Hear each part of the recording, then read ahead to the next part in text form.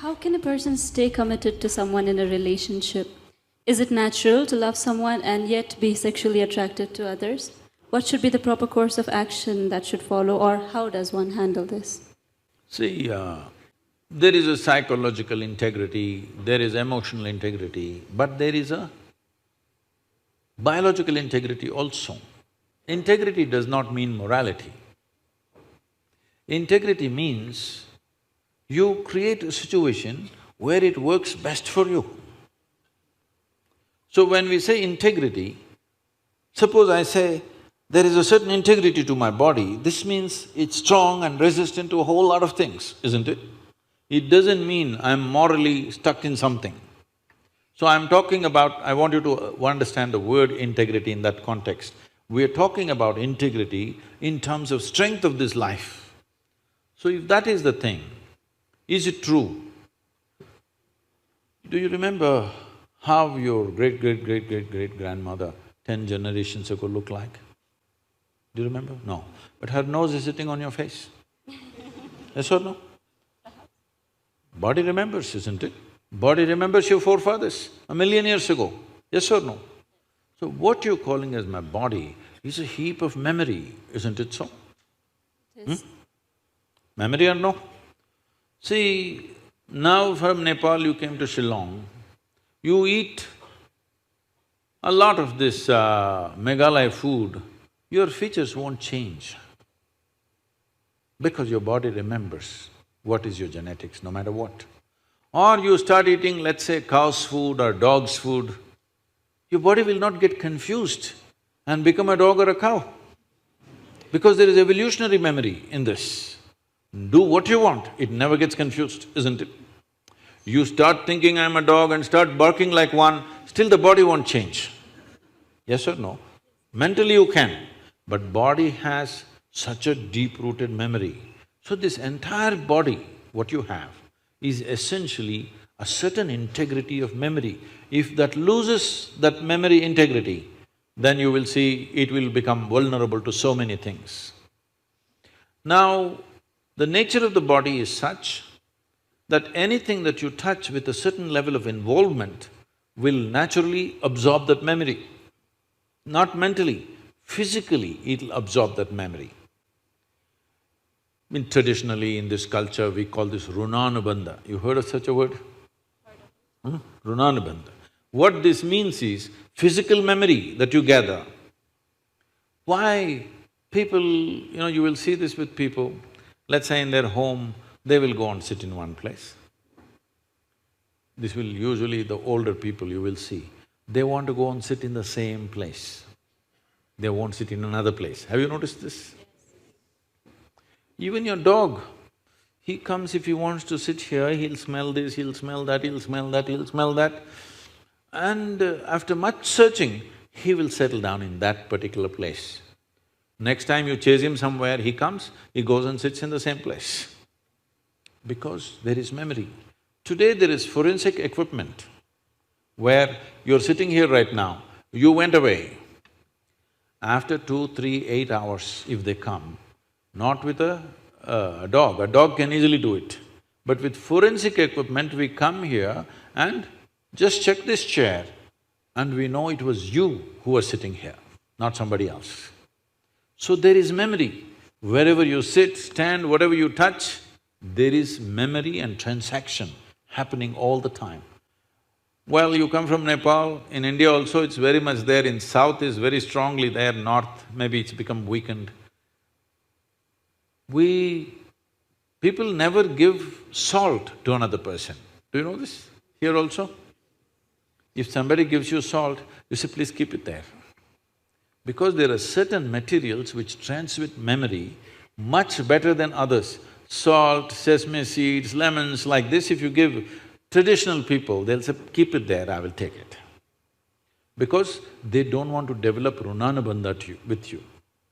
Now, in India, if you see older generation of people, if you try to shake their hands, they'll do like this, because they don't want to get runanubandha with you. Because the idea is to keep the integrity of your body's memory in such a way that it doesn't become vulnerable to other things, that you become a very integrated life. If you want to nurture yourself to be a certain possibility, then you have to maintain the memory integrity. This is what Runanubandha means. You keep your physical memory to the minimal. A sexual interaction is something where a huge amount of memory is taken from one to the other. So, always, not in this society, everywhere else, forever people saw the advantage of keeping that memory to the minimal. If you make that memory very complex, you will see to be at ease will become very difficult after some time. There will be pleasure, but there will be no joy in your life. You can observe people, don't go by what I'm saying. You can observe people, they will have pleasure, they will giggle all the time, but you look at them, there is no joy in them, there's no ease. Because the ease will go away with excessive memory. This is not only with sexuality, there are many other things that you do like this. Right now you see this very much in the Western societies. Wherever I go, especially in America, people will come, Sadhguru, where is my hug? I say, it must be with you. Why is it with me? It is not like at a certain moment when you feel close to somebody, you hug them.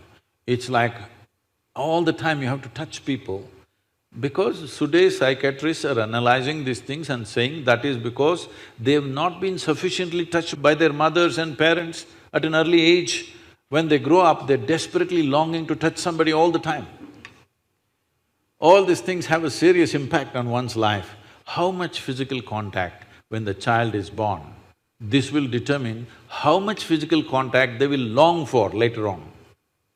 And the memory of what an infant picks up from the mother at that time, because till a child becomes 4.5 years of age, in many ways, energy-wise, it's not a separate life, it's still attached to the mother's body.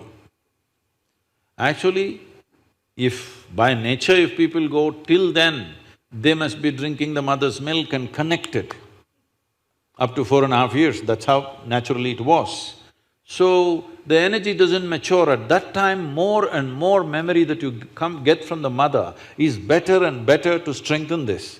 But once the child begins to move out and becomes an individual, life is organizing itself. People come to me and say, Sadhguru, can you bless my daughter, can you bless my son? First thing I ask is, how old? If they say 15, 16, 18, all right. If they're over 21, I say no. Because me blessing you, blessing will not go to your child. You may still think emotionally that's my child, but as far as life is concerned, it's become fully separate. Generally, the course of life is considered to be approximately 84 years or 1008 cycles of the moon. The cycles of the moon and our body is very directly connected. Only because our mother's bodies were in sync with the cycles of the moon, we are born, otherwise we wouldn't be born, isn't it? Hello? So, a full life is considered 1008 cycles of the moon, which will approximately considered as 83 to 84 years. So if one crosses 84, it's considered a full life. In this, the first quarter is the only time when it is connected to parentage. After that, the child must move, because energy-wise, you cannot connect those two lives anymore. So that is when the longing, if you have not created enough integrity within yourself, the longing for another body multiplies. Even though the hormonal phase may be higher between 15 to 20, the longing to bind and bond with somebody increases after 21 years of age, because unknowingly you're like a satellite who fell off the main mother. You come off the motherboard. Now you want to attach to something unless you find some integrity. This is why between 12 and 18, one must do lot of sadhana to strengthen the body so that you don't desperately bind yourself to something or somebody. You must consciously, if you wish to take a partner, it must be a conscious process. If it's a compulsive process, then you will pay the price for it. This is not a question of morality. It is not that this is sin, that is sin. The question is, what is your priority in your life? If your priority is to make this life rise to a higher possibility, then you must be conscious. If you want to somehow live and go, it's okay.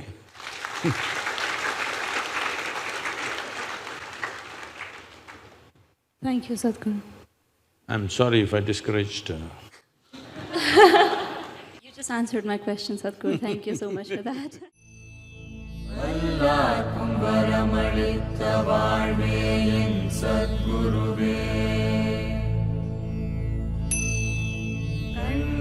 கருத்தே கருத்திலுறும் நற்கணிய